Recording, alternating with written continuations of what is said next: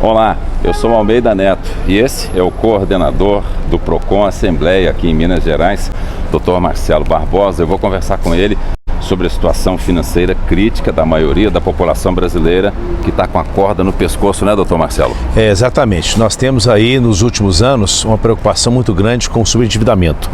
O PROCON não atende mais aquelas pessoas que vêm aqui muitas vezes reclamar do seu telefone, do seu carro. Essas reclamações passaram a ser de segundo plano. Hoje, de cada 10 pessoas que comparecem no PROCON, 7 estão com problema envolvendo dinheiro. E o que o senhor acha, o que na avaliação do PROCON está provocando isso, hein? Bom, na verdade nós temos aí 3 fatores importantes. Primeiro, um crédito fácil. As pessoas conseguem a concessão de crédito de forma muito fácil, com empréstimos concedidos aí de forma muitas vezes irresponsável. A outra situação é que são vários produtos e serviços colocados à disposição do consumidor hoje, inclusive pela internet. O comércio eletrônico facilita muito a compra de produtos. Mas o fator mais importante é a falta de educação financeira que esse consumidor tem. Ele não se organiza, ele não faz um planejamento e, em razão disso, ele acaba gastando muito mais do que ele ganha. E o resultado disso é o superendividamento. Mas existe também casos de empresas que apostam, digamos, na desinformação da população? Na verdade, os bancos, eles são obrigados, principalmente as financeiras, a prestar todas as informações do consumidor com relação à concessão do crédito. Então, muitas vezes, eles fazem isso sem a devida informação para o consumidor do risco da concessão daquele crédito. O consumidor acaba fazendo vários empréstimos, não sabendo das consequências de não pagar, por exemplo, e acaba comprometendo sua renda em mais de 40%, 50% do que ele ganha. E isso aí, com certeza, vai ser uma situação muito ruim para o consumidor, porque ele vai, para sobreviver o restante do mês, ele vai ter que utilizar de cartão de crédito, de cheque especial e, de novo, superendividamento. E quem está nessa situação e está nos assistindo, qual a sua sugestão? Qual tipo de pessoa que tem direito a procurar o PROCON? Eu estou lembrando aqui, pessoas jurídicas também podem procurar o PROCON, elas também têm direito? Bom, na verdade, a legislação que trata do superendividamento hoje do Código de Defesa do Consumidor, ela atende a pessoa física natural, ele não atende a pessoa jurídica. Então, toda pessoa que estiver nessa condição, ela tem o direito de renegociar a sua dívida. Ela tem que procurar o seu banco, procurar o seu agente financeiro e, não conseguindo renegociar a sua dívida, ela pode procurar o PROCON do seu município com seus contratos, para que a gente possa tentar aí flexibilizar a renegociação, garantindo para a pessoa um mínimo de renda para a sua sobrevivência. E geralmente, quais são assim as chances de êxito assim que essas pessoas têm?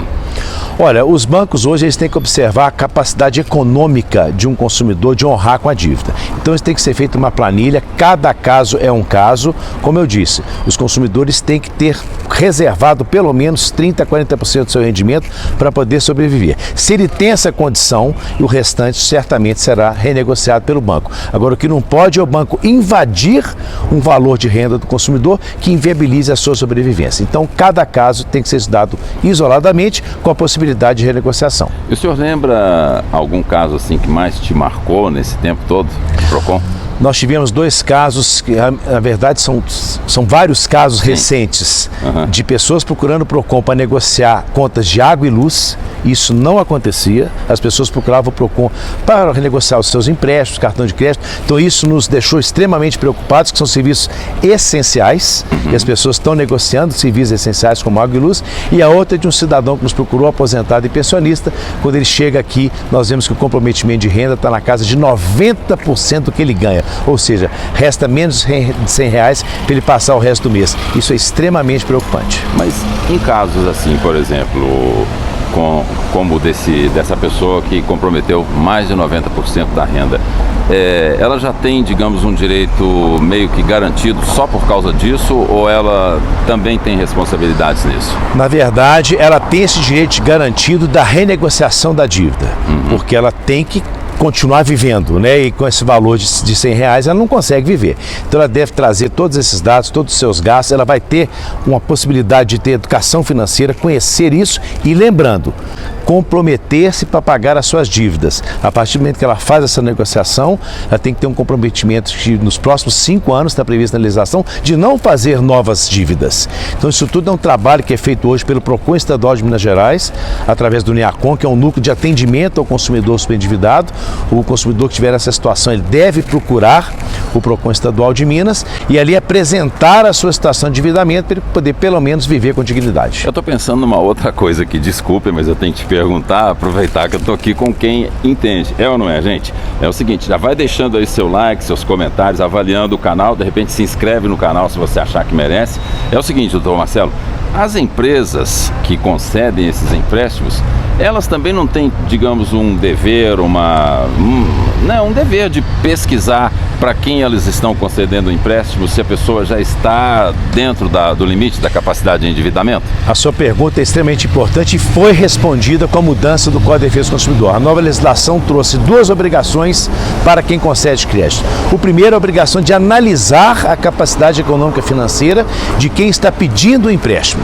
Se ele não faz essa análise, o consumidor se endivida em razão disso.